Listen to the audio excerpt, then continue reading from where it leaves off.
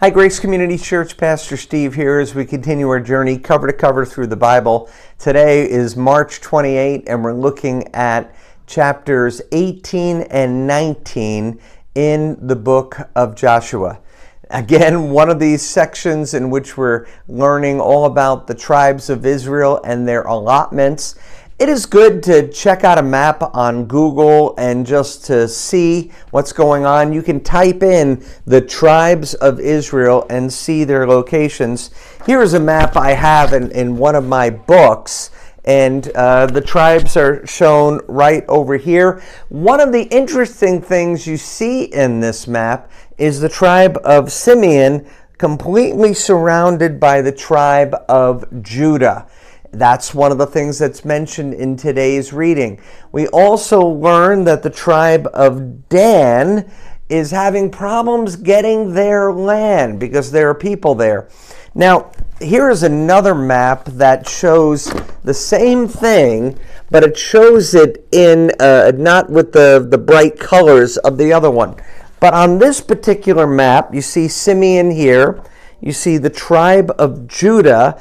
And on this map, which is probably maybe a little bit closer to accuracy, Simeon forms the border to keep you might say, the tribes or the influence of Egypt from the south here from impacting. So it's almost like a buffer tribe as to what is going on. Now, to see this in specific, here's the Dead Sea, here is the Sea of Galilee, and here is the Jordan River that goes down, and here are the tribes that stayed on the eastern side of the Jordan River. Now, why is this even helpful for us? It comes down to this. If you ever go to a baseball game, and I realize a lot of you didn't grow up near where baseball major league team is playing, you have, when you come into the park, people trying to sell you a program. And the program is going to let you know who is playing in what position and the layout of the game. And, they'll shout something like, you can't tell the game without a program. And there's some truth to that if you're not familiar with it. Now, of course, people can look in their phone and things like that. But what you're seeing in this unfolding of the land is how these things are going to unfold ultimately in terms of the nation of Israel. The most important thing that I see as I go through this, though, are circumstances like Dan in which the faith quotient was not high enough to take the land.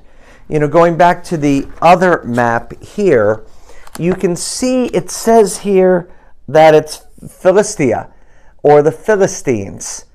Now, what's interesting about that, if you read 1st and 2nd Samuel, you will find that the Philistines become a huge nuisance to the people of Israel. And they were supposed to be gone. This land was supposed to be conquered, but it wasn't.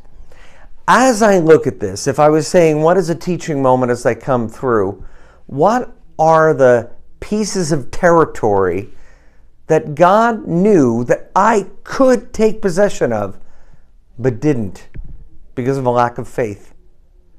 Something I have learned is it's worth taking the step of faith. Last year, you might remember that we started a service in St. Jude's. It was a free church service. It was recommended by somebody in our church to consider it. I gave it a try. We gave it around 9 months of having a trial service there. We had on the high end 50 people. On the low end, we had no one. And it was something that I thought was worth the try. Here is what I don't ever want to look at myself in the mirror and say, you never tried. You never tried. The problem with some of the tribes of Israel is they never took the land because of fear, because of all kinds of issues. If God is nudging you, and in the case of the scripture, this is command of God. He said, I will give you every piece of land you step your foot on. And we choose not to step our feet. I want to not be that person. So even though this is a lot of names of towns and allotments of each of the tribes, it comes down to this. On the things that God has moved us toward, have you taken those steps? Are you moving out in faith? That's what I get out of today's reading. Anyway, God bless you. Have a great day. We'll see you tomorrow.